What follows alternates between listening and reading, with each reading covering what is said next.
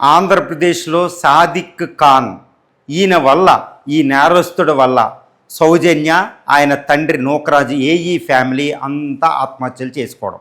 ఇప్పుడు ఇది లవ్ జిహాద్ అనే ఒక రంగు దానికి పొలంబడిందని చెప్పుకోవచ్చు. ఎందుకంటే ఇప్పుడు విజయసాయిరెడ్డి ఫార్మర్ వైసీపీ లీడర్ ఏంటంటే ఆ సౌజన్య రాసిన లెటర్ని ఇప్పుడు బయటికి రిలీజ్ చేస్తూ ఇది ఒక లవ్ జిహాద్, ఇది చాలా పెద్ద వ్యవహారం ఉంది, దీని మీద చాలా పొలిటికల్ పార్టీలు మాట్లాడడం లేదు, ఎందుకంటే దీని లవ్ జిహాదు మైనారిటీ ఓట్ బ్యాంక్ పోతుంది అన్నట్టు ఆయన మాట్లాడారు.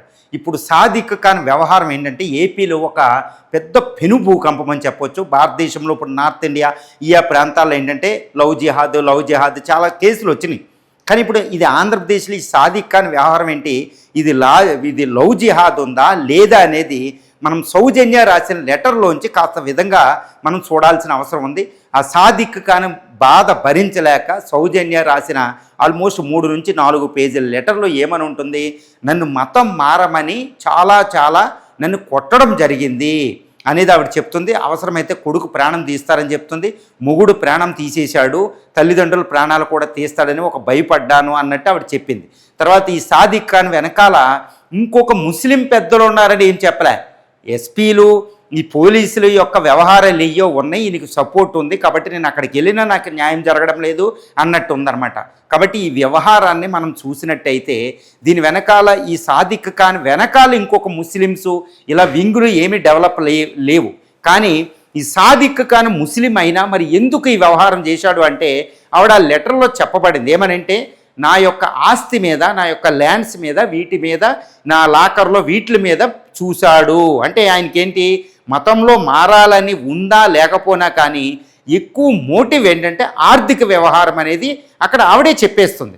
అందువల్ల ఏంటంటే ఆవిడ అందం మీద దృష్టితో సెక్షువల్ ప్లెజర్ అనేది ఆర్థిక, ఈ 2 మోటివ్స్ కానీ మత ప్రాతిపదికని ఈమెను మొత్తం తర్జుమా చేసేసి ఇలా చేసేద్దాం అనేది సాదిక్ ఖాన్ వ్యవహారం దగ్గర లేదు. కాబట్టి ఇది లవ్ జిహాద్ వ్యవహారం కాదు అని మనం చెప్పొచ్చు. కాబట్టి ఏపీలో ఇది లవ్ జిహాద్ వ్యవహారం కాదు, కానీ సాదిక్ ఖాన్ పూర్తిగా నేరస్తుడు, అత్యంత దారుణానికి పాల్పడ్డాడు అనేది మనకు అర్థమవుతుంది.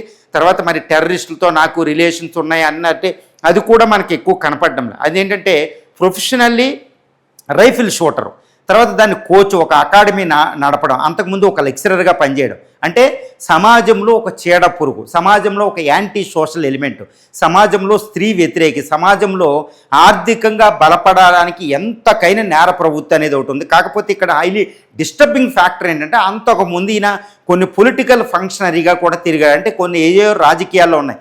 అలానే ఆ రాజకీయ పార్టీని మనం ఈ నేరస్తుడు చేసిన పనికి ఆ రాజకీయ పార్టీని మొత్తం నిందించడం కుదరదు. కాబట్టి నో లవ్ జిహాద్, ఆర్థికంగా సెక్షువల్ ప్లెజర్ అనేది ఎక్కువ మోటివ్ ఉంది. కాబట్టి ఇది లవ్ జిహాద్కి సంబంధించింది కాదు.